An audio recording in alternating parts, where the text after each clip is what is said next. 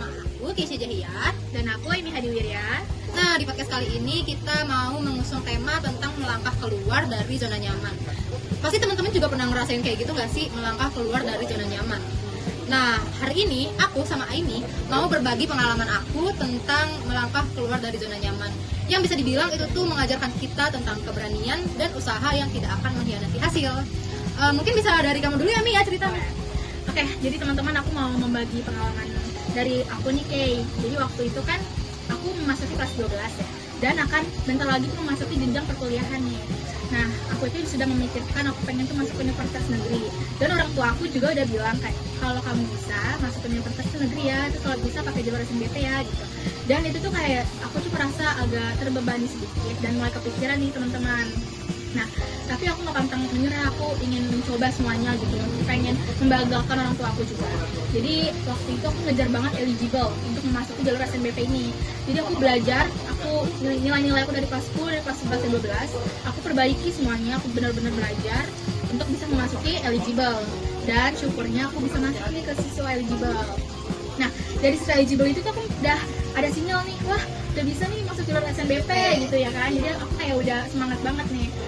Tapi juga mikir juga nih kayak, aduh nanti hasilnya gimana ya, bisa masuk nggak ya gitu kan, takut juga gitu ya kan.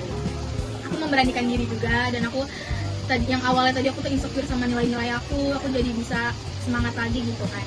Akhirnya pas aku udah masuk, udah daftar juga, aku daftar di Universitas Pembangunan Nasional Veteran Jakarta, dan aku ngambil ilmu komunikasi ini satu-satunya. Nah, waktu di pembagian hasil tesnya, aku tuh kayak panik juga, takut, gemeter nih, kayak aku mikir kalau nggak masuk gimana nih, aku udah memperbaiki nilai-nilai aku semua gitu kan, jadi takut banget. Dan akhirnya pas buka di jam 3 itu, alhamdulillahnya aku dapet. Jadi tuh kayak, wah alhamdulillah nih, jadi semua yang aku kerjain, kerja keras aku kemarin, dari awal aku takut, insecure, kepikiran, semua itu tercapai semuanya. Dan merasa senang banget sih bisa masuk ke universitas impian aku nih, kayak gitu.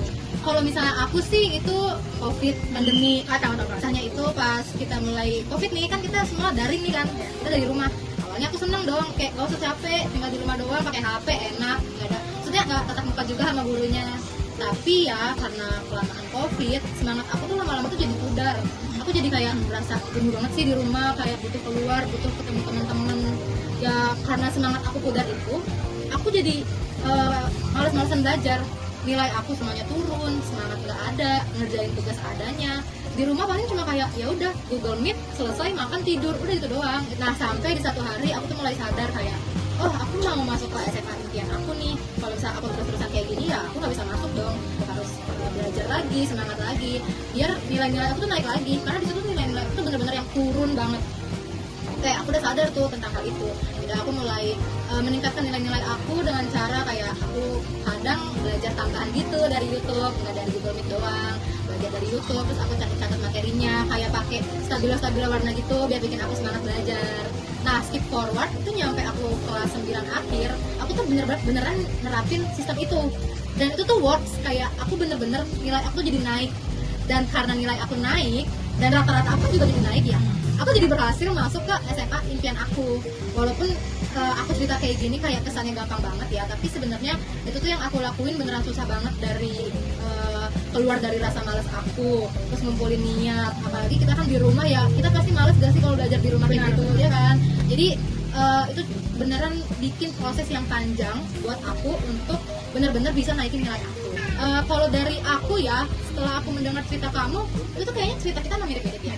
Itu benang merahnya tuh kita sama-sama keluar dari zona nyaman, melawan rasa malas, melawan rasa takut. Karena kita tahu kalau misalnya terus-terusan takut, ya kita nggak bakal Bisa berkembang gitu teman-teman. Jadi kayak kalau misalnya teman-teman nih takut masih di dalam zona nyaman, kalian coba deh keluar dari zona nyaman kayak kita gitu. Mencoba hal baru juga. Iya, bener banget. Jadi kita juga punya pengalaman yang lebih berkesan dan kita juga lebih berkembang, teman-teman.